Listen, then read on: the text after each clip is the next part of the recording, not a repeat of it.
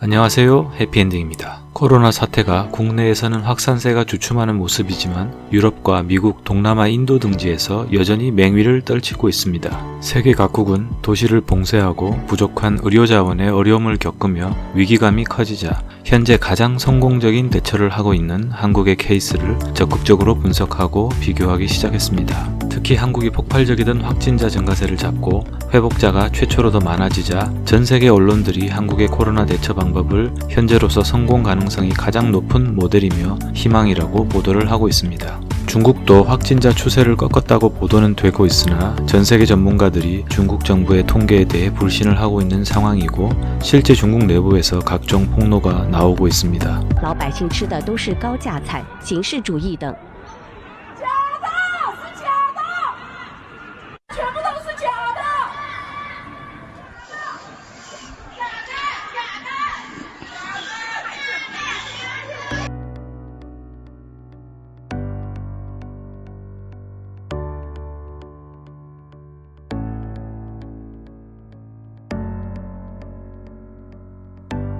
가장 최근에 우한 한커우 화장터에 이틀간 유족들에게 나눠줄 유골을 담기 위해 유골함 5,000개가 도착한 것으로 알려져 사망자 숫자에 대한 의문이 다시 증폭되었습니다. 우한시 전체 공식 사망자 2,500명의 2배가 넘는 유골함을 화장터 한 곳에서 주문한 것인데 우한의 다른 6곳의 화장터에서도 평균 1,000에서 2,000여 개를 주문했다면 하루 만에 최소 1만 명에 가까운 시체를 처리했다는 계산이 나옵니다. 심지어 시 화장터를 관리하는 우한시 민정국의 부국장은 한 언론 인터뷰에서 우한 봉쇄 조치 후 3월 10일까지 47일 동안 우한시에서 총 21,703구의 시신을 화장했다고 말했는데 이마저도 실제보다 훨씬 줄여서 말했을 가능성이 있다고 합니다. 자연사하는 인원을 감안하더라도 너무 많은 숫자의 화장이 이뤄지는 것입니다. 이와 같이 중국이 가장 먼저 환자가 나왔고 가장 많은 수의 감염자와 치료 데이터를 가지고는 있으나 통계 자체의 신뢰도가 너무 낮아서 활용하기에는 문제가 많습니다. 그러다 보니 사실상 한국의 데이터가 전 세계인의 마지막 희망이 되고 있고 한국형 모델을 사용해서 폭발적인 확산세를 꺾어보려는 국가들이 계속 늘어나고 있다고 합니다. 미국의 ABC 뉴스는 최근 한국이 급증하는 코로나 확산세를 꺾은 최초의 나라라고 보도하며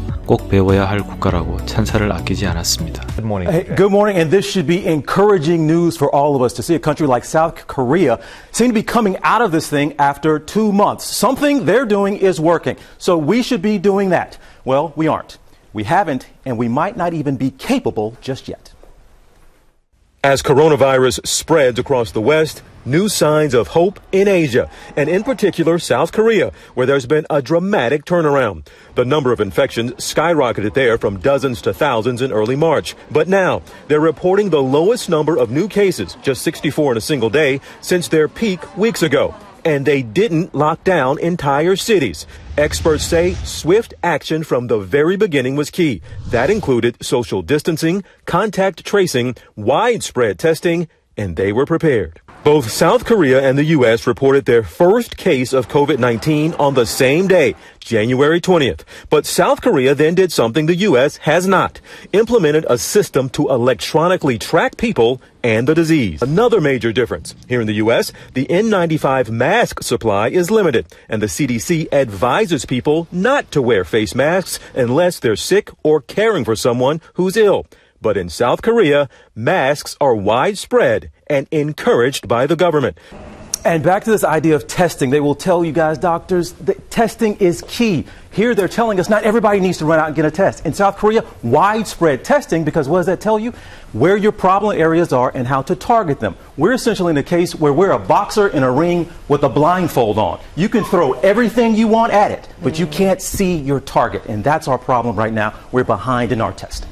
한편 워싱턴 포스트 신문도 26일자 보도를 통해 한국의 코로나 대처는 세계 최고 수준이며 세계 최초로 폭발하던 감염 추세를 컨트롤한 국가라고 평가했습니다. 또한 BBC 뉴스에서도 세계 모든 국가가 고전을 면치 못하는 가운데 코로나 방역에 유일하게 성공한 나라가 나타났다고 보도를 했습니다. 급증하는 감염자 수 그래프를 꺾은 것은 전 세계 국가들의 큰 의미를 부여한다고 얘기했습니다.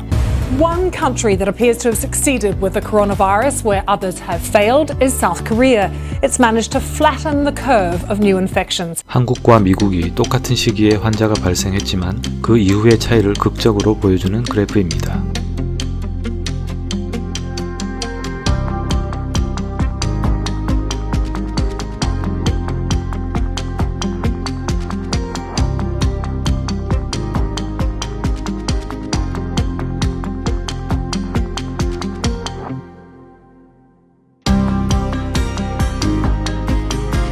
이번에는 인구수가 비슷한 이탈리아가 처음에 우리보다 적은 수의 감염자가 발생했지만 그 이후 드라마틱한 차이를 보여주는 그래프입니다.